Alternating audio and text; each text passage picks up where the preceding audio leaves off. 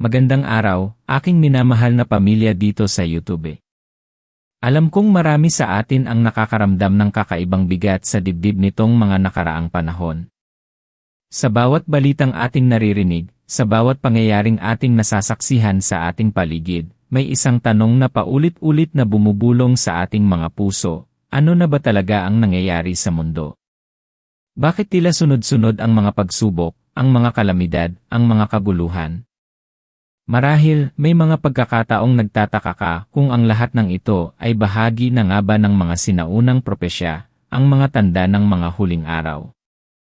At ang tanong na ito ay nagsisimulang magtanim ng buto ng takot, ng pangamba, sa kaibuturan ng iyong kaluluwa. Huwag kang mag-alala, dahil kung nararamdaman mo ang mga ito, gusto kong malaman mo na hindi alin nag-iisa. Ang mga damdaming iyan ay valid at naiintindihan ko kung bakit. Ngunit sa araw na ito, hindi lang natin pag-uusapan ang mga tanda. Mas lalalim pa tayo. Ipapaliwanag ko sa iyo kung ano ang tunay na kahulugan ng mga tandang ito sa iyong buhay, at paano mo magagamit ang mga ito hindi para sa takot, kundi para sa isang pambihirang pagbabago ng iyong puso at isip na magdadala sa iyo ng kapayapaan, layunin at isang hindi matitinag na pag-asa sa gitna ng anumang unos. Ito ang lihim na hindi gaanong itinuturo, ang lihim na magbabago ng iyong pananaw at ng iyong buong buhay. Kung nararamdaman mong tumatagos ito sa iyong damdamin, kung may nagsasabi sa loob mo na kailangan mong pakinggan ito, manatili ka sa akin hanggang sa huli, dahil ang bawat salita ay may dalang pagpapala para sa iyo. Simulan natin sa isang kwento. Naaalala ko pa noong bata ako, mahilig akong makinig sa mga kwento ng lola ko tungkol sa mga darating na panahon. Madalas niyang sinasabi na pag marami ng kalamidad, pag lumalamig na ang pag-ibig ng marami, at pag lumalaganap na ang kasamaan, malapit na raw ang katapusan. Sa bawat kwento niya, pakiramdam ko ay lumalaki ang takot sa dibdib ko. Naisip ko, paano na lang kung magkatotoo ang lahat ng iyon? Paano na lang kung bigla na lang maglaho ang lahat ng bagay na mahalaga sa akin? Ang takot na iyon ay bumubuo ng isang pader sa puso ko, nagiging sanhi ng pangamba sa bawat paggising ko, sa bawat balitang naririnig ko. Tila ba ang bawat pagyanig ng lupa, ang bawat bagyong dumarating, ay isang paalala ng aking kawalan ng kontrol, at ng isang posibleng wakas na hindi ko handa harapin. Marahil, ganyan din ang pakiramdam mo ngayon. Maraming nagsasabi na ang mga nangyayari sa mundo ay mga tanda, mga babala. Pandemya, digmaan, krisis sa ekonomiya, mga pagbabago sa klima, at ang tila walang katapusang serye ng mga natural na kalamidad. Ang mga ito ay nakakagambala, nakakapanghina, at minsan ay nakakapagtanim ng pagdududa sa atin. Nakakalito kung saan tayo kukuha ng pag-asa. Sino ang mapagkakatiwalaan? Ano ang totoo? Ang isip natin ay napupuno ng mga katanungan, at ang puso natin ay naghahanap ng katiyakan sa gitna ng kawalan ng katiyakan. Normal lang na maramdaman mo ang mga iyan. Normal lang na magtanong ka, na mag-alala ka. Ang puso ng tao ay likas na naghahanap ng kapayapaan at seguridad. At kapag ang mga ito ay tila nawawala, natural lang na tayo ay mangamba. Pero dito na nagiging interesante ang lahat. Ang pinakamalaking pagkakamali na nagagawa ng marami sa atin ay ang tingnan ang mga tanda bilang huli, bilang isang katapusan. Kaya sila natatakot, kaya sila nawawalan ng pag-asa. Ngunit kung titignan natin ang mga ito mula sa isang mas mataas na pananaw, isang pananaw na puno ng pag-ibig at karunungan ng Diyos, malalaman natin na ang mga tanda na ito ay hindi para takutin tayo, kundi para gisingin tayo. Hindi ito isang paalala ng wakas, kundi isang paanyaya sa panimula. Ito ay isang divine wake-up call, isang paalala na mayroong isang mas malaking kwento na nangyayari, at ikaw ay may mahalagang papel dito. Ang mga tandang ito ay hindi para pabayaan kang mawalan ng pag-asa, kundi para ihulma ka, palakasin ka, at ihanda ka para sa isang buhay na mas makabuluhan at mas malalim kaysa sa anumang inakala mo. Kaya ano nga ba ang ibig sabihin ng mga tandang ito sa iyong buhay? Ang mga tanda ng mga huling araw, na binabanggit sa banal na kasulatan mula sa Mateo 24, Lucas 21, at Marcos 13, ay madalas na nauunawaan bilang mga prediksyon ng pagkasira. Ngunit ang kanilang pinakamatinding layunin ay hindi ang magbigay ng takot, kundi ang magbigay ng kalinawan at kagandahan. Ito ay mga paalala na ang panahon ay umiikot, na mayroong isang mas mataas na kapangyarihan na namamahala sa lahat ng bagay, at na ang ating buhay ay may mas malalim na layunin kaysa sa simpleng paghahanap ng kaligayahan sa mundong ito. Sinasabi sa Jeremias 20:11, sapagkat nalalaman ko ang mga panukala na aking iniisip tungkol sa inyo, sabi ng Panginoon, mga panukala sa ikabubuti at hindi sa ikasasama, upang bigyan kayo ng pag-asa at kinabukasan. Ang mga tanda na ito ay isang paanyaya na tignan ang hinaharap na may pag-asa, at hindi na may pangamba. Tignan natin ang ilang tanda, at kung paano natin ito babaligtarin sa ating pananaw para magdulot ng pagbabago. Una, ang mga natural na kalamidad at salot. Maraming beses na nakita natin ang balita, sunod-sunod na bagyo, lindol, bulkan, at ngayon, pandemya. Sa mata ng mundo, ito ay mga sakuna, mga trahedya. At totoo, nagdudulot ito ng sakit at pagkawala. Pero mula sa espiritual na pananaw, ano ang sinasabi nito? Sinasabi nito na ang kalikasan mismo ay bumubulong sa atin na mayroon tayong responsibilidad sa isa't isa at sa mundong ibinigay sa atin. Ito ay isang paanyaya na muling pagmasdan ang ating pagiging dependent sa Diyos. Kapag ang lahat ng bagay na inaasahan natin ay tila nagigiba, saan tayo kumukuha ng lakas? Sa ating pananampalataya. Ang mga kalamidad na ito ay nagiging mga tulay para sa pagkakaisa, para sa pagtutulungan, para sa pagpapakita ng tunay na pagmamahalan sa ating kapwa. Nasaan ang pag-asa? Nasa mga kamay na umaabot upang tumulong, nasa mga puso na handang magbigay, nasa mga komunidad na nagkakaisa sa gitna ng pagsubok. Ang bawat pagyanig ay maaaring maging paalala na ang ating pundasyon ay hindi dapat nasa mundo, kundi sa salita ng Diyos na hindi nagbabago. Pangalawa, ang paglamig ng pag-ibig at paglaganap ng kasamaan. Maraming beses na nakikita natin ang mga balita ng pagkakawatak-watak, ng kapuotan, ng krimen, at ng mga taong nawawalan ng tiwala sa isa't isa. Ito ay nakapanlulumo, tama ba? Sa Roma 1:29 ay malinaw na binabanggit ang mga katangiang ito ng tao. Ngunit, ito rin ay isang napakalaking paanyaya sa iyo at sa akin na maging ilang sa pagmamahal. Kung ang mundo ay tila lumalamig, tayo ang dapat na maging apoy. Kung ang kasamaan ay lumalaganap, tayo ang dapat na maging ilaw. Hindi ito tungkol sa kung gaano kalaki ang problema, kundi kung gaano kalaki ang solusyon na pwede nating maging bahagi. Ang bawat gawa ng kabutihan, bawat salita ng pagpapatawad, bawat pag-abot sa kapwa, ay isang gawaing nagpapakita na ang pag-ibig ng Diyos ay nananatili, at ito ay kayang baguhin ang anumang dilim. Sabi sa 1 Juan 4:7, mga minamahal, magmahalan tayo sa isa't isa, sapagkat ang pag-ibig ay mula sa Diyos, at ang bawat umiibig ay ipinanganak ng Diyos at nakakakilala sa Diyos. Ang hindi umiibig ay hindi nakakakilala sa Diyos, sapagkat ang Diyos ay pag-ibig. At pangatlo, ang mga digmaan at kaguluhan sa mundo. Mula sa mga balita ng mga labanan sa iba't ibang bansa, hanggang sa mga tensyon sa pagitan ng mga pamahalaan, pakiramdam natin ay laging mayroong bagong alon ng kaguluhan na paparating. Sinasabi sa Mateo 24:6 na maririnig natin ang mga digmaan at balita ng mga digmaan. Ngunit ano ang sinasabi ng mga ito sa ating personal na buhay? Ito ay isang paalala na ang tunay na kapayapaan ay hindi matatagpuan sa mga kasunduan ng tao o sa mga pampulitikang solusyon, kundi sa isang puso na nakasentro kay Kristo. Sinasabi sa Filipenses 4:7, at ang kapayapaan ng Diyos, na di masayod ng lahat ng pag-isip, ang magbabantay sa inyong mga puso at sa inyong mga pag-isip kay Kristo Jesus. Sa bawat balita ng digmaan, tayo ay tinatawag na maging tagapagdala ng kapayapaan sa ating sariling mundo, simula sa ating mga tahanan, sa ating mga komunidad. Ito ay isang paanyaya na magnilay kung paano tayo makakapag-ambag sa pagtatayo ng tulay sa halip ng mga pader. Ang pagkakaisa ay isang sandata laban sa kabuluhan. Ang pag-isip na wala tayong magagawa ay isang malaking kasinungalingan. Hindi tayo mga pasibong tagamasid lamang. Tayo ay may papel.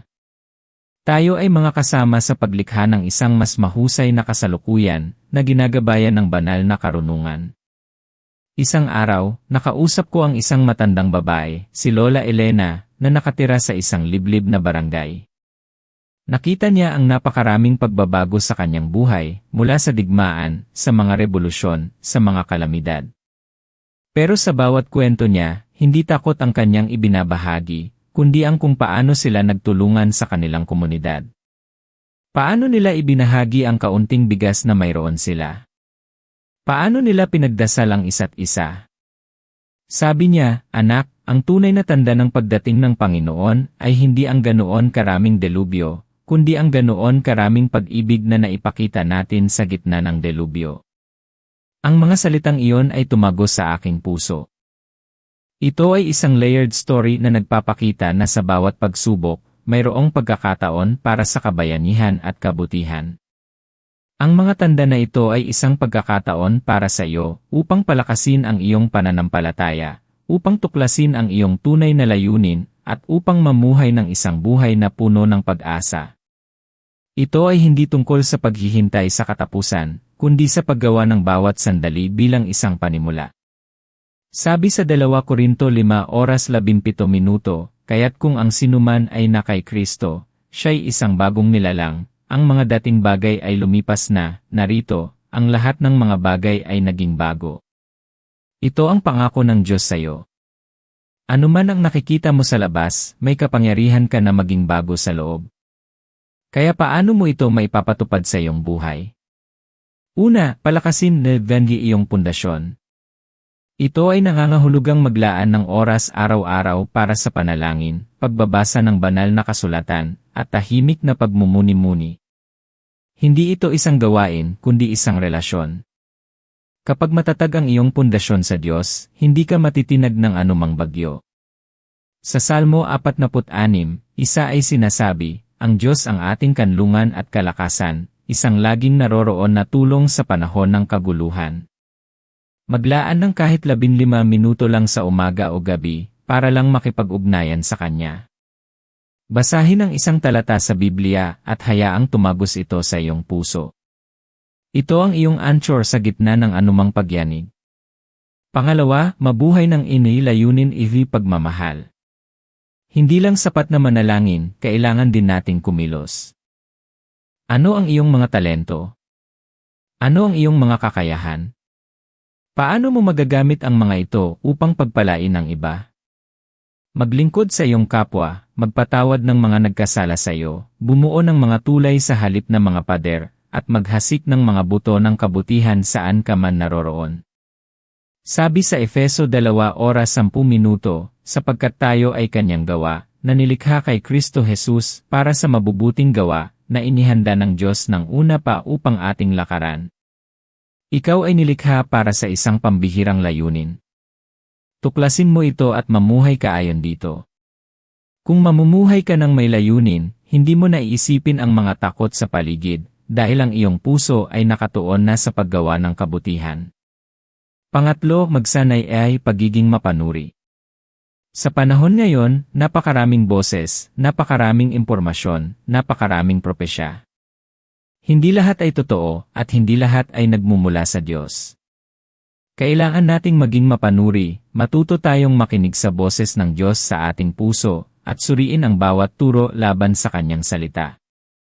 Huwag kang padala sa bawat hula o prediksyon na nagdudulot lamang ng takot at pagdududa. Ang Diyos ay Diyos ng kaayusan, hindi ng kalituhan.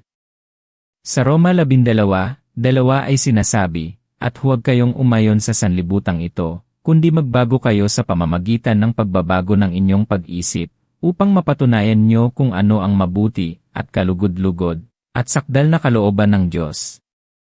Kung nakasentro ka sa katotohanan ng Diyos, hindi ka maliligaw. At pang-apat, yakapin yan ni pag-asa, hindi yan ni takot. Ang takot ay isang mahusay na tagapaghugas, naglilinis ito ng pag-asa. Ngunit ang pag-asa, ayon sa banal na kasulatan, ay ang anchor ng ating kaluluwa.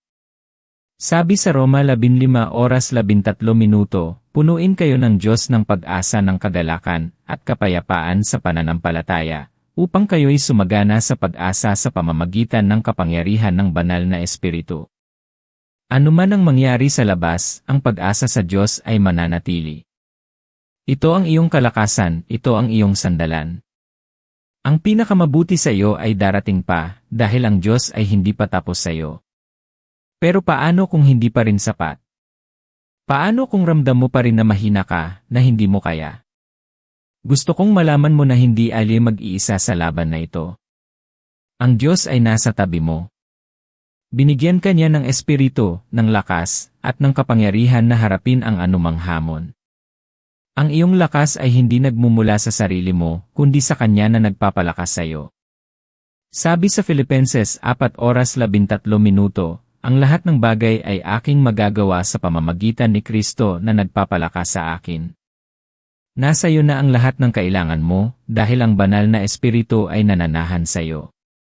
Hawakan mo ang pangakong ito.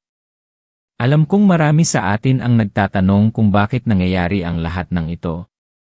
Isipin mo ang isang hardinero na naglilinis ng kanyang halamanan. May mga damong kailangan tanggalin, may mga sanga na kailangan putulin upang ang mga bulaklak ay mas lalong mamukadkad. Ang mga tanda na ito ay parang mga paalala na mayroong isang mas malaking paglilinis na nangyayari, hindi para sirain, kundi para mas maganda ang sumunod. Ito ay isang pagkakataon para sa bawat isa sa atin na magtanim ng bagong buto ng pananampalataya, ng pag-ibig, at ng pag-asa sa ating sariling hardin ng buhay. I-comment mo nga sa ibaba kung saan ka nanonood ngayon at kung ang mensaheng ito ay tumatagos sa iyong puso. Malaking tulong ito para mas maintindihan ko ang ating pamilya dito at makagawa pa ng mas nakakapagpabagong nilalaman. Ang iyong mga komento ay nagiging inspirasyon din para sa iba na nagbabasa. Kaya ano ang ating konklusyon? Ang mga tanda ng mga huling araw ay hindi isang senyales ng katapusan para sa mga may pananampalataya, kundi isang panawagan sa isang bagong simula, isang bagong paraan ng pamumuhay. Ito ay isang paanyaya na yakapin ang iyong pagbabago, na maging mas malakas, mas mapagmahal, at mas makahulugan kaysa dati. Ang mga ito ay nagpapaalala sa atin na ang ating mga kwento ay hindi nagtatapos sa takot, kundi sa pag-asa, sa layunin, at sa isang pambihirang kinabukasan na inihanda ng Diyos para sa atin. Ikaw ay mahalaga. Ikaw ay may layunin. At ang iyong presensya ay mahalaga sa mundong ito, lalo na sa panahong ito. Ang iyong potensyal ay mas malaki kaysa sa iyong naiisip, at ang iyong kwento ay hindi pa tapos. Ang pinakamabuti sa iyo ay darating pa, at ikaw ay nilikha para sa isang bagay na pambihira. Ngayon, itaas mo ang iyong kamay at samahan mo ako sa isang panalangin. Mahabagin naming Ama sa langit, Panginoong Hesus, salamat po sa araw na ito, salamat sa iyong salita na nagbibigay sa amin ng kaliwanagan at pag-asa. Sa gitna ng mga tanda at ng mga hamon na aming nakikita sa paligid, humihingi kami ng iyong karunungan upang maintindihan ang iyong kalooban. Naway ang aming mga puso ay hindi mapuno ng takot, kundi ng kapayapaan na nagmumula sa iyo. Palakasin mo po ang aming pananampalataya. Turuan mo po kami na maging ilaw at asin sa mundong ito, na maging instrumento ng iyong pag-ibig, ng iyong kapayapaan, at ng iyong pag-asa. Tulungan mo po kami na mamuhay ng may layunin at pagmamahal, at gamitin ang bawat araw upang maging pagpapala sa iba. Protektahan mo po kami sa anumang kapahamakan at ilayo sa kasamaan. Ipagkaloob mo po sa amin ang discernment upang malaman ang katotohanan. Naniniwala kami na mayroon kang magagandang plano para sa bawat isa sa amin, mga planong nagbibigay pag-asa at kinabukasan. Hinihiling po namin ang lahat ng ito sa matamis at makapangyarihang pangalan ni Jesus na aming Panginoon. Amen. Kung nakita mo ang halaga sa mensaheng ito, hinihiling ko sa iyo, mag-subscribe ka sa channel na ito, at i-click ang bell icon para hindi mo mapalampas ang susunod na mensahe ng pagbabago. Ang bawat subscribe at like ay nagpapahiwatig sa akin na nagagawa ko ang aking misyon na magbigay ng pag-asa at inspirasyon. At para sa isang video na magpapalalim pa ng iyong pag-unawa sa iyong layunin sa buhay, panoorin mo ito sa susunod na araw, dahil tiyak na magdadala ito ng karagdagang kaliwanagan at inspirasyon. Ibahagi mo rin ito sa mga mahal mo sa buhay na sa tingin mo ay nangangailangan ng pag-asa at paggabay ngayon. Tandaan, hindi lang tayo nanonood ng mga tanda, ginagawa natin ang mga tanda na ito bilang isang pagkakataon para sa personal at kolektibong pagbabago. Maraming salamat sa iyong oras at sa iyong puso. Patuloy tayong lumago sa pananampalataya at pag-asa. Hanggang sa muli, maging mapayapa ka.